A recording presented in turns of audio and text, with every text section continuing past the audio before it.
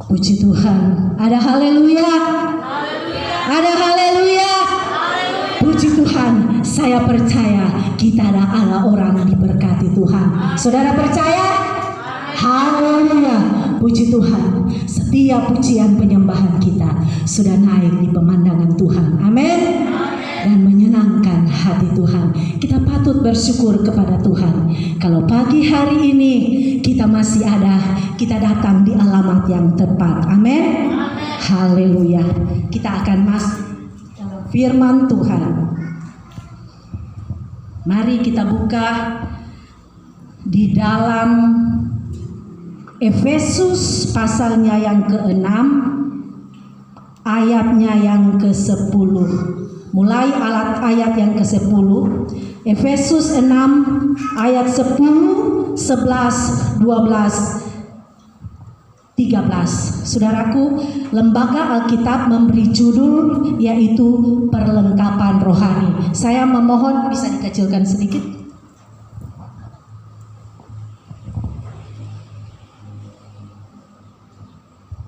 Tes, ya, makasih. Saudaraku, Lembaga Alkitab memberikan judul firman Tuhan ini yaitu perlengkapan rohani. Saya ingin kita akan membaca bersama-sama 4 ayat ini pada hitungan yang ketiga.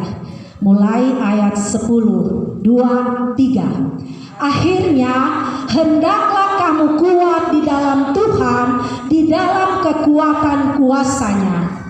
11. Kenakanlah seluruh perlengkapan senjata Allah supaya kamu dapat bertahan melawan tipu muslihat iblis. 12. Karena perjuangan kita bukanlah melawan darah dan daging, tetapi melawan pemerintah-pemerintah, melawan penguasa-penguasa, melawan penghulu-penghulu dunia yang gelap ini, melawan roh-roh jahat di udara. Terakhir 13.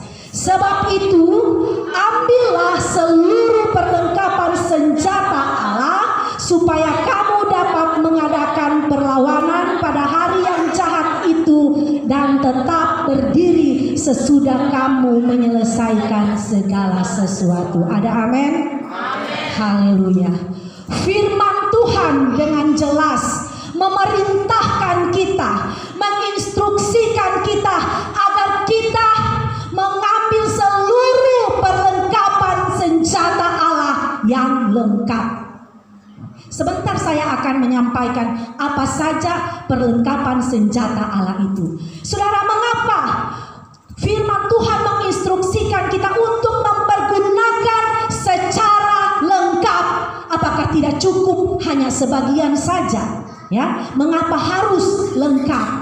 Saudaraku yang kekasih di dalam Tuhan, ayat yang pertama, alasan firman Tuhan memerintahkan kita untuk memakai perlengkapan Allah secara lengkap. Yang pertama yaitu supaya kita dapat bertahan. Kita baca kembali di dalam ayatnya yang ke-11. Sebab itu ambillah seluruh perlengkapan senjata Allah supaya kamu dapat. Ayat 11, kenakanlah seluruh perlengkapan senjata Allah supaya kamu dapat bertahan melawan tipu muslihat iblis. Alasan pertama mengapa kita harus mempergunakan secara lengkap perlengkapan senjata Allah yaitu supaya kita dapat bertahan. Haleluya, puji Tuhan. Nah, alasan yang kedua mengapa kita harus mempergunakan senjata Allah itu secara lengkap, poin yang kedua yaitu supaya kita dapat mengadakan perlawanan. Saya akan baca kembali ayatnya yang ke-13.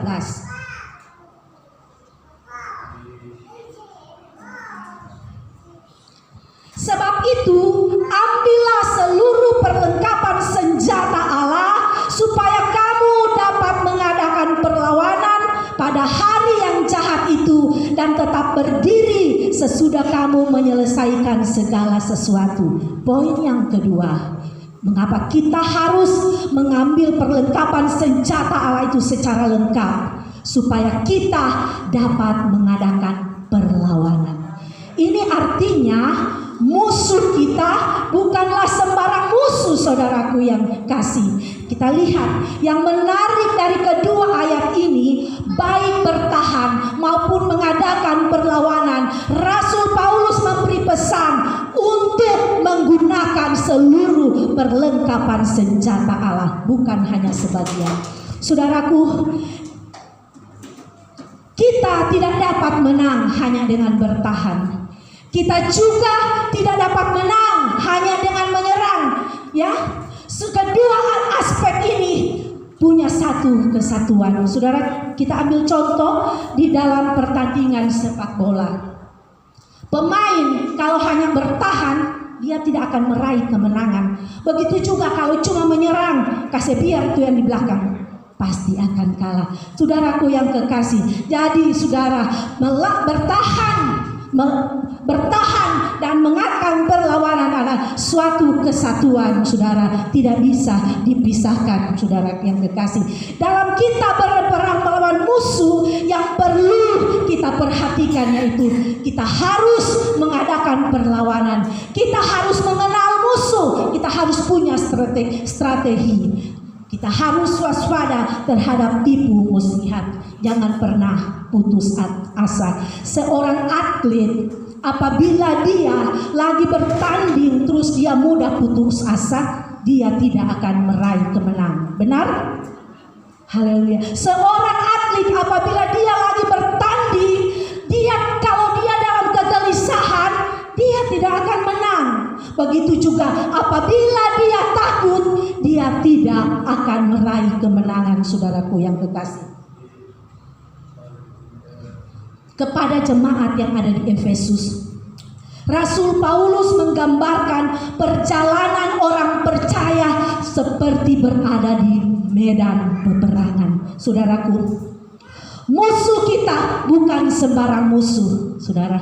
Musuh kita bukan sembarang musuh. Musuh kita yaitu penguasa di udara, yaitu iblis yang tidak kelihatan secara kasat mata. Kita baca kembali ayatnya yang ke-12. Di situ dikatakan, karena perjuangan kita bukanlah melawan darah dan daging, tetapi melawan pemerintah-pemerintah, melawan penguasa-penguasa, melawan penghulu dunia yang gelap ini, melawan roh-roh jahat di udara. Musuh kita bukan sembarang musuh, saudaraku yang terkasih. Ya, musuh kita yaitu roh jahat. Ya, pertempuran orang percaya adalah pertempuran yang bersifat rohani, bukan jasmani. Kalau kita melihat fisiknya, mungkin kita bisa, di mana yang kita akan bagi pada dia supaya dia keok, saudara. Tapi musuh kita, firman Tuhan katakan, yaitu pemerintah-pemerintah di udara, penguasa roh jahat yang tidak kelihatan. Jadi kita tidak mampu melawan dengan fisik, dengan darah dan daging, tapi kita juga lawan roh iblis, roh jahat dengan roh yang daripada Allah. Amin. Saudaraku yang kekasih di dalam Tuhan, ya, kita tidak tahu kapan persis musuh itu datang menyerang kita.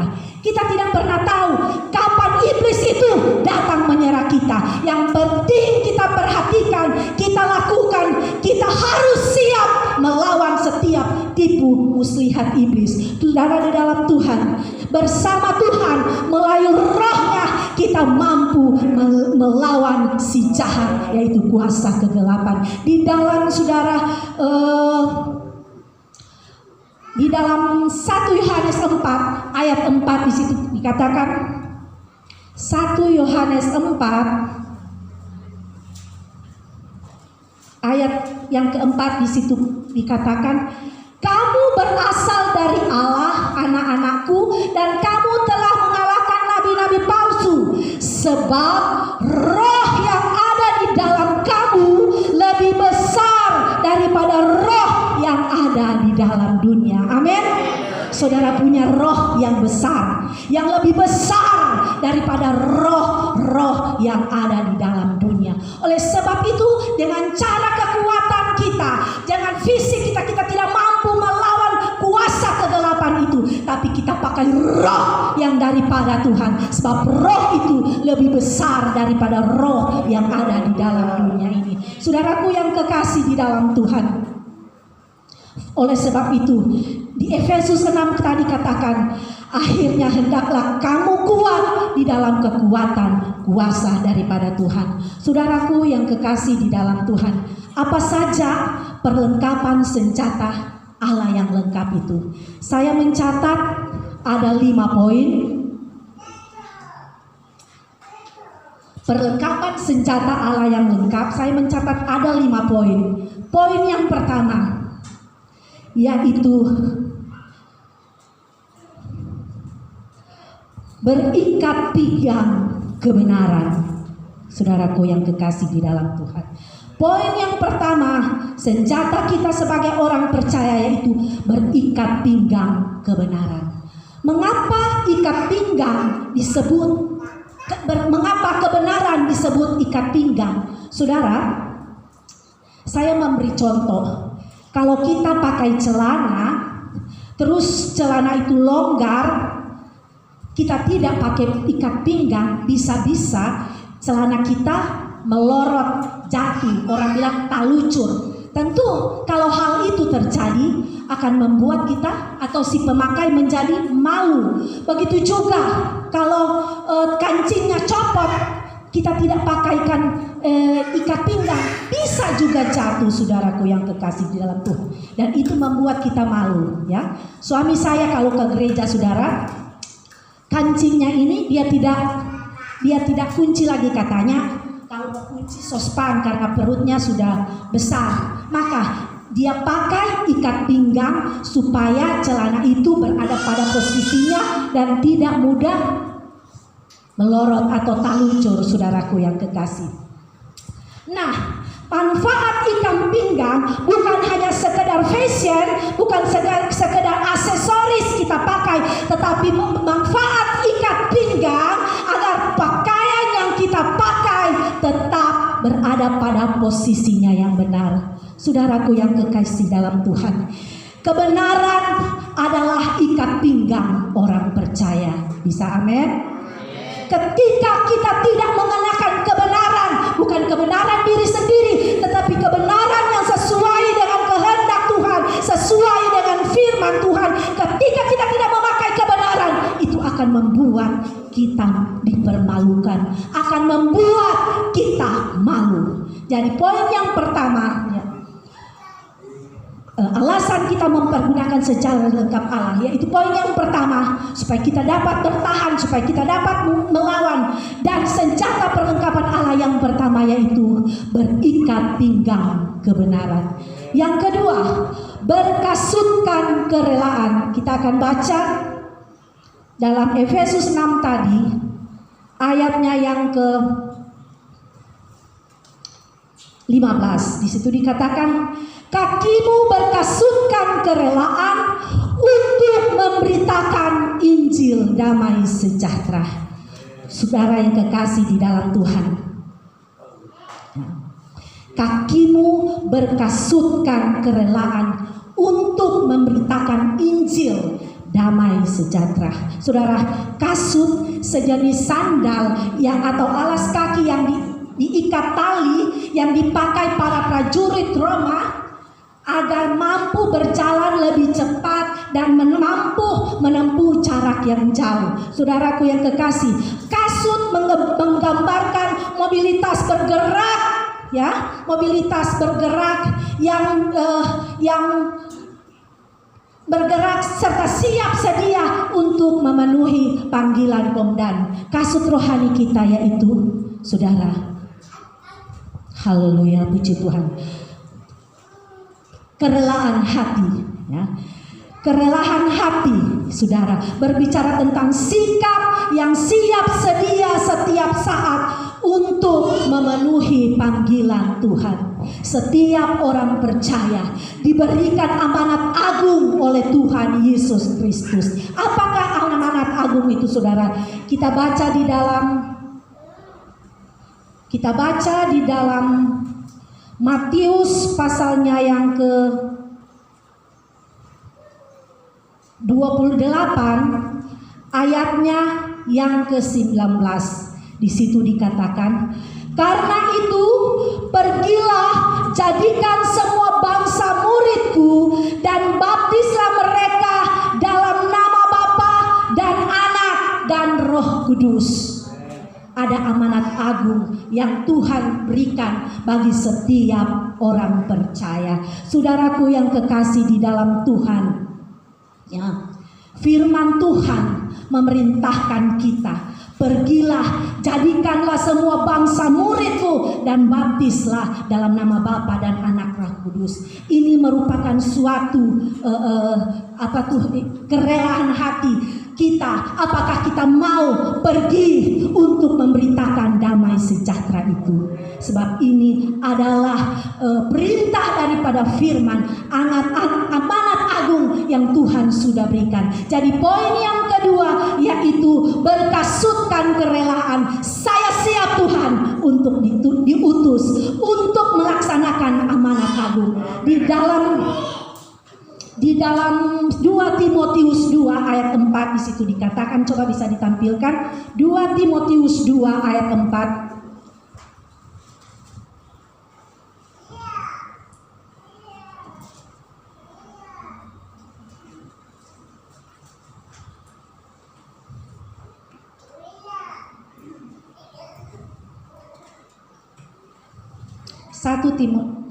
Maaf saudara, dalam 2 Timotius 4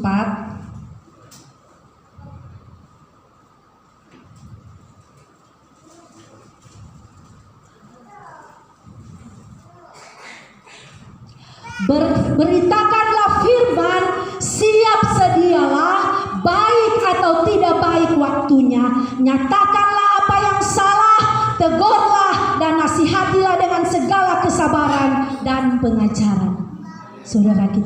Saudara yang kekasih di dalam Tuhan, kita mau memberitakan firman bukan hanya untuk berkhotbah di atas mimbar, tetapi firman yang bisa kita beritakan lewat kehidupan kita sehari-hari. Saudaraku yang kekasih, jadi poin yang kedua itu berkasutkan kerelaan. Yang ketiga, apa senjata Allah yang lengkap? Yang ketiga yaitu perisai iman. Kita akan baca di dalam Efesus 6 ayatnya yang ke 16. Di situ dikatakan, dalam segala keadaan pergunakanlah perisai iman, sebab dengan perisai itu kamu dapat memadamkan semua panah api dari si jahat. Jadi poin yang ketiga yaitu perisai iman. Panah api si jahat, yang dimaksud ini adalah tipu muslihat iblis, dakwaan iblis terhadap orang percaya. Kadangkala iblis mendakwa kita, saudara. Iblis membuat kita hidup di dalam ketakutan. Iblis membuat kita hidup di dalam kekhawatiran, saudara. Kita ingin pergi ke gereja, tapi kita khawatir, jangan-jangan di gereja ada begini. Jangan-jangan kita ke gereja ada begini. Apalagi sekarang tadi Ibu Gembala ada posting apa ya? Ada penembakan. Jangan-jangan kita pergi gereja, kok kagak ada bom di gereja. Ini adalah dakwaan iblis. Kita ingin pergi beribadah, kita tinggalkan trompet toko usaha, berapa banyak yang hilang, saudara. Ini adalah dakwaan iblis terhadap orang percaya.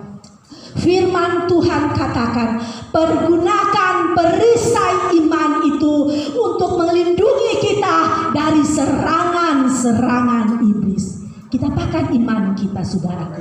Kita percaya ketika kita pergi di alamat yang tepat, perlindungan Tuhan akan menyertai kita. Kita tidak perlu takut, kita tidak perlu khawatir, sebab Dia Allah yang sanggup melindungi kita dari setiap mara bahaya, dari setiap kecelakaan, asalkan kita benar-benar mencari Dia. Amin.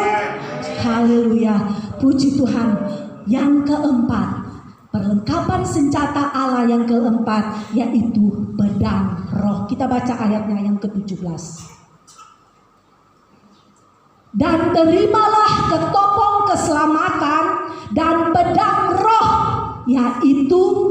firman Allah. Dari poin yang keempat yaitu adalah pedang roh. Pedang roh yaitu firman Allah. Ketika iblis mendakwa kita, ketika iblis mengkhawatirkan kita, ketika iblis menyerang kita sehingga kita takut, kita pakai itu pedang roh. Kita berani memperkatakan firman Allah, saudara. Amin. Kita harus pakai senjata Allah yang Tuhan sudah berikan bagi kita orang percaya. Jangan kita simpan perlengkapan senjata Allah, tapi kita sebagai orang percaya, kita mau pakai pedang firman Allah itu. Kita perkatakan hal-hal yang membangun tentang diri kita. Saudaraku yang kekasih, ketika kita merasa kita tidak mampu lagi menghadapi masalah, ketika kita merasa Tuhan terlalu berat ini pergumulan hidup, ketika kita merasa penyakit itu Tuhan tidak kunjung sembuh, firman Tuhan berkata, pakailah pedang roh itu yaitu firman Allah. Katakan di dalam Filipi 4 ayat 13 di situ dikatakan, segala perkara dapat kutanggung di dalam Dia yang memberi kekuatan padaku. Ketika saudara tidak mampu, pakai pedang roh itu. Ketika saudara tidak mampu mengatasi masalah hidup yang begitu berat, pakai firman Allah. Firman Allah yang keluar dari mulut Allah tidak pernah lalu begitu saja. Dia akan menepati setiap janjinya. Ketika dia memberikan firman, dia akan menguatkan, memberikan kekuatan. Maka itu yang kita akan alami. Yang penting kita pakai firman Allah itu sungguh-sungguh. Amin. Haleluya, saudaraku yang kekasih dalam Tuhan. Selanjutnya, kita juga bisa baca pakai firman Allah. Coba kita baca di dalam Ulangan pasalnya yang ke-31.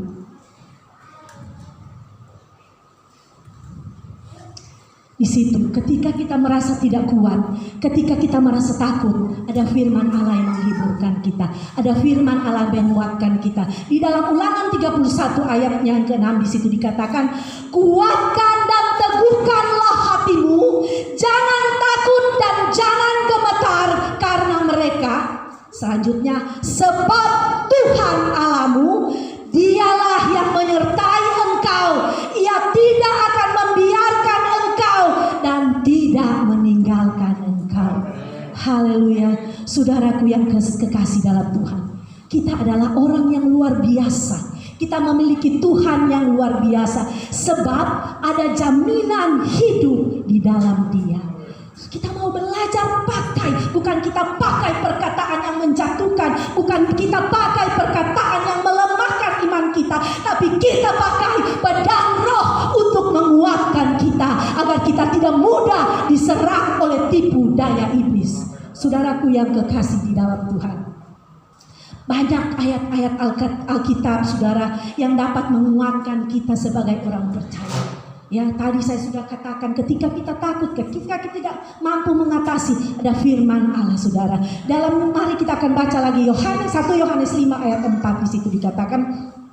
Saya membaca ayat ini supaya kita mendapat kekuatan, saudara, di dalam Tuhan.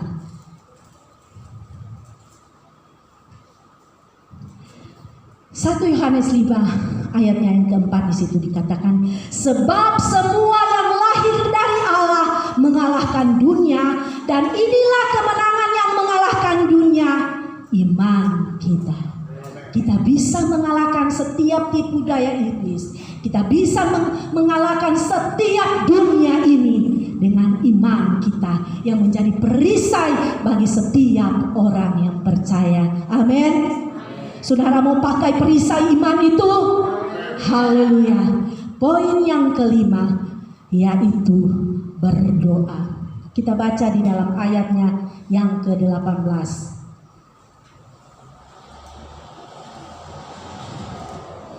Dalam segala doa dan permohonan, berdoalah setiap waktu di dalam roh, dan berjaga-jagalah di dalam doamu itu dengan permohonan yang tak putus-putusnya untuk segala orang kudus.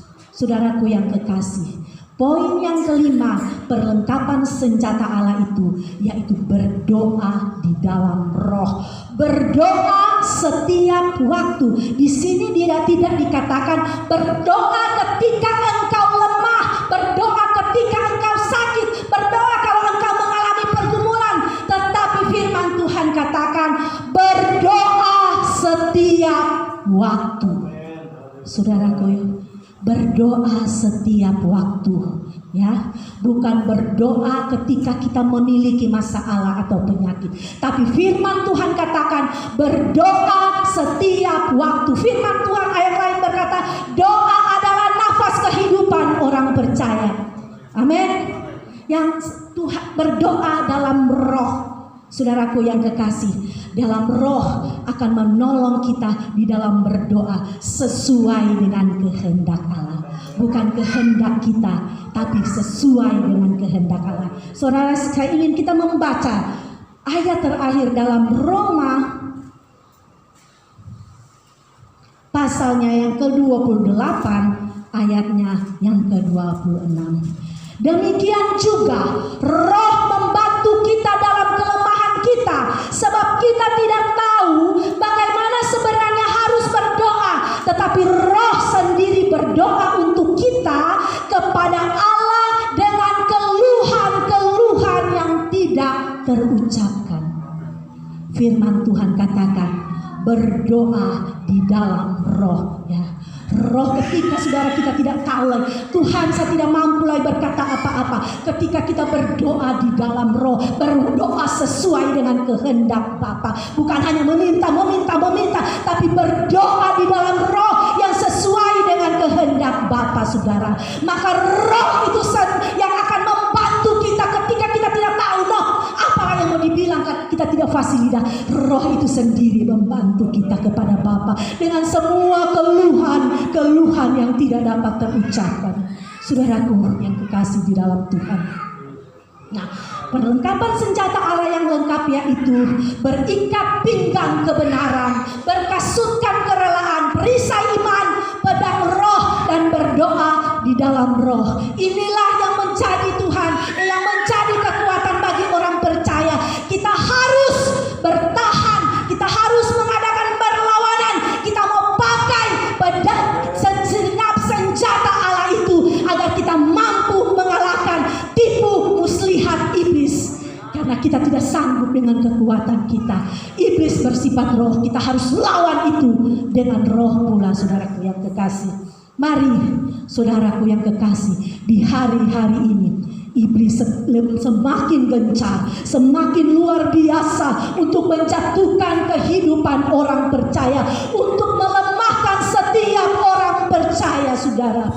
Tapi biarlah kita mau Tuhan memakai perlengkapan senjata daripada Allah. Ya, kita mau pakai, jangan kita kasih biar itu, kita kasih diamkan itu, kita akan kalah, kita tidak akan mengalami kemenangan. Tapi ketika kita pakai perlengkapan senjata Allah yang ada yang lengkap itu, apapun yang terjadi, apapun yang harus kita hadapi, kita akan lebih daripada pemenang. Sebab Tuhan Yesus sendiri yang sudah rela berkorban bagi kita, tidak mungkin Dia akan membiarkan kita, Dia akan jadikan kita lebih dari pemenang. Iblis mendakwa kita, iblis ingin menjatuhkan kita lewat sakit penyakit, lewat pergumulan, lewat COVID. Iblis membuat iman percaya orang semakin turun, saudara. Tapi mari hari-hari ini kita mau bangkit, kita mau pakai perlengkapan senjata Allah yang lengkap itu, agar kita dapat bertahan, agar kita dapat mengadakan perlawanan hingga kita menang dan kuat di dalam Tuhan. Saudaraku, firman Tuhan yang singkat saya tibakan sini. Biarlah firman ini menjadi kekuatan kita sebagai orang percaya. Kita belajar memakai perlengkapan senjata Allah yang lengkap itu, biar kita menang bersama Dia. Saudara, sebelum saya serahkan mic ini kepada worship leader, kita nyanyikan pujian yang sudah dulu kala itu. Saya minta diiringi musik, mungkin keyboard belum bisa, majulah dalam namanya.